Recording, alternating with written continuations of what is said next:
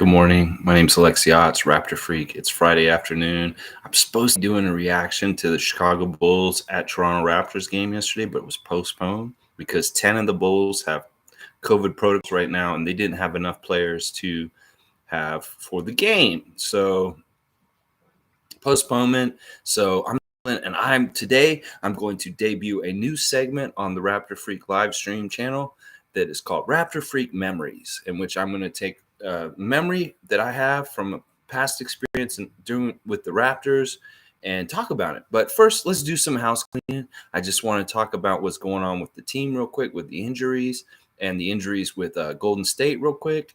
And also 905 played last night and stuff like that. So there's a few things to talk about. Of course, the biggest news right now in Raptor world is yesterday, MLSE announced that they're cutting capacity to 50% and that they're refunding all of the tickets for non-season ticket holding tickets in the next month or so. So me personally, my girl and I were going to go and see the Clippers on New Year's Eve at Scotiabank Arena for a New Year's Eve, but now our tickets are canceled. So we can't go to the game because these aren't season tickets that we're going on. So only season ticket holders are going to be able to go to the games for right now. Fortunately, I do know a season ticket holder, and I might be able to get tickets still to the game somehow, some way. I'm going to try. But that's really unfortunate, and it's sad. And the other thing that's really bad about it is that a building's going to be half full now, that we've been really lucky to have the building so full, and that the crowd was just starting to come into its own for the season with making noise and helping the guys late in games. Like that has really been happening. And this homestand really helped, this 7-game homestand where we had everyone and it was loud. And good morning, Sue. Glad to see you this morning. So it's going to be different now, being back at 50% starting tomorrow with Golden State, having only half the arena full. It's going to be a different feeling in there. And even Fred made a comment about it in the last day or so that we were so lucky and we were spoiled, and now we're going to feel like we're lacking something because the building won't be as full. It is what it is. But talking about that game tomorrow, I've got some news on the injuries and different things that are happening for both teams. Yesterday, we had a practice, and Precious was there, and he played. He was cleared of COVID protocols. So this, to me, tells me that Precious is going to play on Saturday for sure because he's not hurt. I mean, he's obviously gotten enough time to rest his shoulder, and it really was just getting cleared by the government to be able to play. So fully expect Precious to play against Golden State tomorrow night. Now, Kem and OG both practiced also. Oh, yeah, Sue, you had tickets to New Year's Eve too, and you got yours canceled, but you just got another pair from a season ticket holder. Nice. Yeah, I have a couple of friends that I know with season tickets that I may be able to scramble and figure this out also. But also part of me is kind of like, maybe I don't want to go right now just because of the surge and things that are happening with the pandemic, that maybe I want to stay away just a little bit for my own safety. But I'm glad that you were able to scramble and make this work for you. That's awesome. Now, OG and Kem, I'm not sure if they're going to be able to play tomorrow because it's still whether their injuries are good, but it's a good sign that they both practiced yesterday because I think that this is the first time they both practiced in a couple weeks. So this is good because it's seeming like hopefully while the whole rest of the teams in the league are having trouble with protocols and guys missing, we're finally getting back to full strength in some ways. Hopefully, knock on wood, no more weird problems or anything like that. Now, I was worried because earlier this week, the G League Santa Cruz Warriors, they called up Klay Thompson from that team to the regular roster. And I thought it was partly because, as I was saying yesterday, they're going to probably play him against us on Saturday. But I just read news this morning that he's definitely not going to be back until December 28th. So we won't see Klay tomorrow for sure. And that's kind of good in a way because, he's got a real grudge against us. And we don't want him to be back for the first game back here. He's going to be tough. And the other thing I heard was Draymond kind of said in a press conference yesterday that he expects to not be playing himself because they're playing tonight against Boston, and then they're coming and playing us tomorrow night as a second night of a back-to-back. And Draymond Green kind of hinted that they're going to rest their vets against us. I think this is going to be kind of like the Nets thing and kind of like the Milwaukee thing recently, where these teams aren't taking us they're taking us lightly. And they're saying we can probably get away with resting guys and stuff like that. Let's make them pay for that tomorrow. Seriously. Because even when Draymond said that, he made it sound like it was multiple vets. Like they're going to rest multiple vets after tonight. So we may actually not see Steph Curry play tomorrow. If the writing you're reading between what he's saying there, he's saying the vets are going to get rested for the second night of the back-to-back. So that's bad for fans who want to go to the game and see Steph. But who knows what's going to happen? But I know that Draymond's probably not going to play for sure, and Klay's not back until the 28th. They've officially said that he's going to come back for the Denver Nuggets game on the 28th. So that's the news with that. So expect Precious tomorrow. I don't know about Kem and OG, but they could be a possibility too.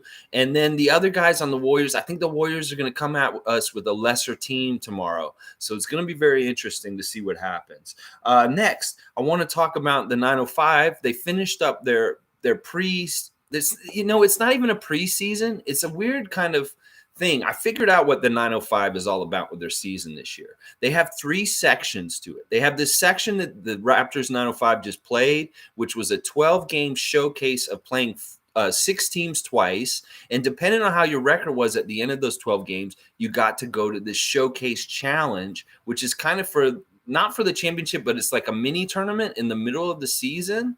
So we didn't qualify for it because we ended the 12 games 4-8. We lost again last night to the Atlanta G League team, the Skyhawks. And, we're not going to this showcase. Our guys didn't make it. So basically they're going to get a week off. But then after that ends and whoever wins that tournament gets like money, they actually have it's a money prize for winning this tournament for the team. And after that, they start another whole season with all different new record. They wipe out their records, and they're actually playing the season then. So it's very weird. And what they're doing with this is they're testing things in the G League for possibility to apply to the regular league. So if this in the middle of season tournament that they're just about to do for the G League works, and it works really well, they might do this for the NBA. So it's what's happening with the G League thing, and it's so weird, is it's a test for the big league. So that's very interesting stuff. One thing of note of the game last night, Reggie Perry had 40 points last night in the game. He looked phenomenal. At a certain point during the game last night, he had almost all of our points. Like nobody else on the 905 was scoring. And of course, none of the guys were there. There was no Champagny. There was no Banton. There was no David Johnson. There was no Isaac Bonga. And it was really Perry and then the other guys, Higgins, Tyree, Rousey, Gill, different guys like that with Perry. But Perry was kind of dominating for us on our side. And he did really well. He was really efficient, and he got 40 points last night. So that's really good. That's really, really good because I want him to get called up. I really want him to get called up because right now we still need size. I don't care when these guys come back. We feel like we got everybody back. I just like that insurance. And I feel like Reggie is really kind of playing himself into possibly getting moved up to the main roster at some point in the season. And it may not happen right away. They may want to keep him down there for a while. But at the end of the season for the G League, I'd like to see us call him up and put him on our main roster at the end of the year. Because we need that extra bulk and size, and he's definitely getting the reps and good times down there. So, and we talked a little bit about this week the centers that may be available, whether it's Miles Turner, Sabonis, Serge Ibaka. We were talking about Nurkic a little bit yesterday.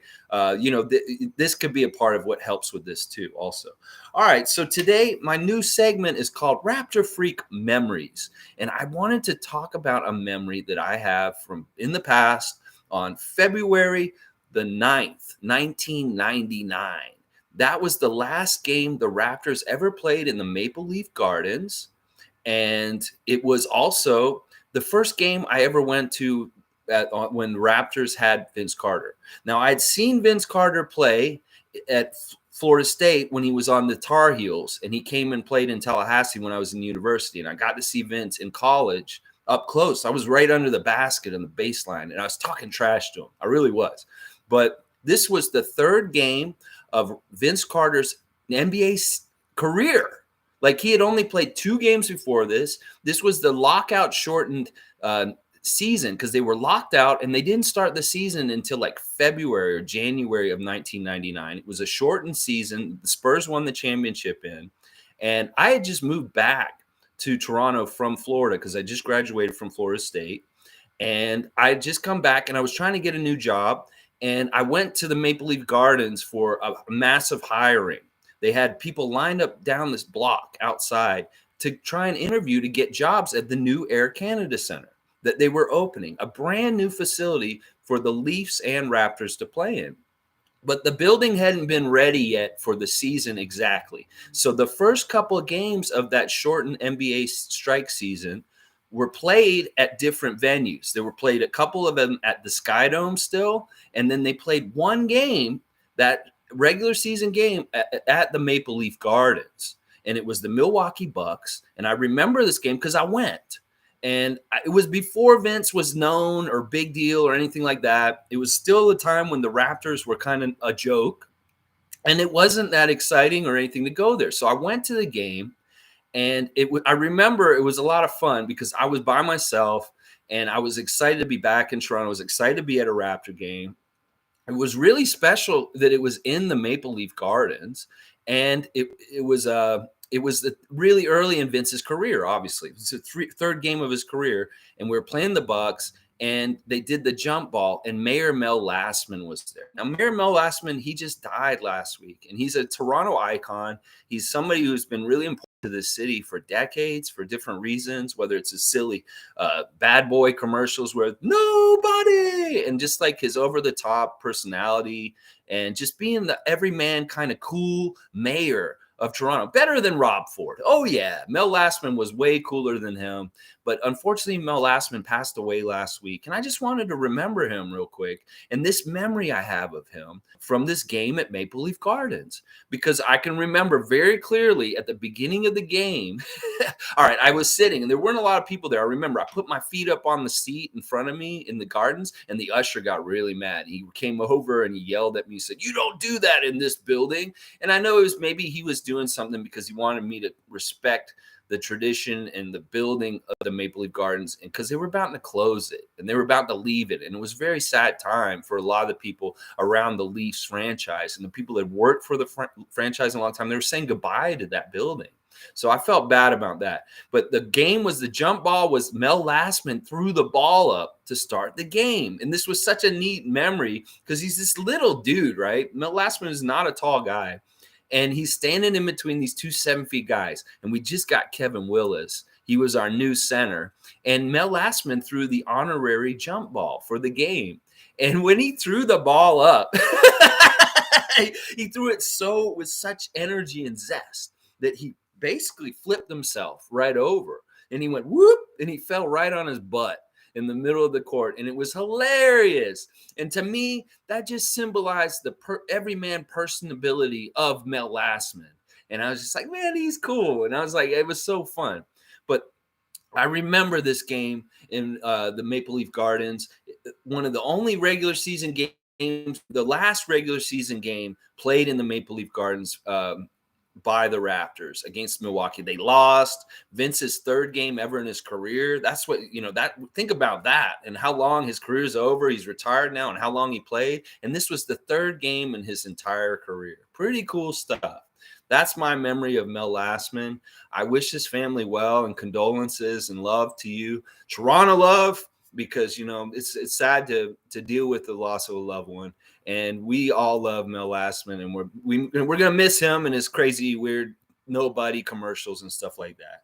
So let's see. Sue's saying, so happy to hear everyone was at practice yesterday. Fingers crossed they will all be back at the game soon. Yes. And Sue says, wow, 40 points. That's awesome. Yes, we need some more size. He may be a way better shooter than I thought. I didn't think he was that was a strength of. Yeah, he's got range too. He shoots threes, Sue. Like, he's really good at threes. Like, he hits threes. And he's got kind of like he's got a mid-range shot, and he's really good down near the basket, of course, also. So I like Reggie Perry. I'd like to see him on the main roster at some point. So anyway, that was just my little short tribute to Mel Lastman and this game. It was fun. Like I said, it was so fun to me because I was back in Toronto. I've been wanting to be back in Toronto. I just graduated from university. And you know what happened was I stood in line at the Maple Leaf Gardens for that job fair, and I ended up getting the job. And I ended up going to work for the building when they first opened it. And I was there for the first Raptor game, working when they played Vancouver the first ever time that year. That was the February 20th, I think, game. Yeah, February 20th, 21st. February 20th. Raptor Freak Memory of Mel Lastman. Rest in peace, rest in power, and all my condolences to the family and mourning and everybody, friends and family of Mel Lastman. All right, let's go Raptors. Tomorrow, the Warriors, hopefully, God willing. You know, nothing is guaranteed right now with the way things are going and all this kind of stuff. I don't even want to speculate the possibilities of what could happen with this season and the pandemic and the surge and the different things that are happening right now. I just want to hope and pray that we just keep plodding along with the season and we just keep going. And last night, I did not like postponing the game at all. I really wish we had played the game last night and that DeMar had been just in Toronto and we had that love fest and seen him again here. But it is what it is. We got to do what we can with what happens and what's going on. All right, everybody, let's go Raptors. Oh yeah, I love the little Raptor icons there, the the emotes. All right, guys. Thanks, Sue. Thanks, everybody. Have a great weekend, and I'll see you guys tomorrow for the preview on the Warriors. I did a little bit of one right now, but some news could change by then, and hopefully it'll all be good news as far as like guys are back for sure. All right, let's go Raptors. Yeah.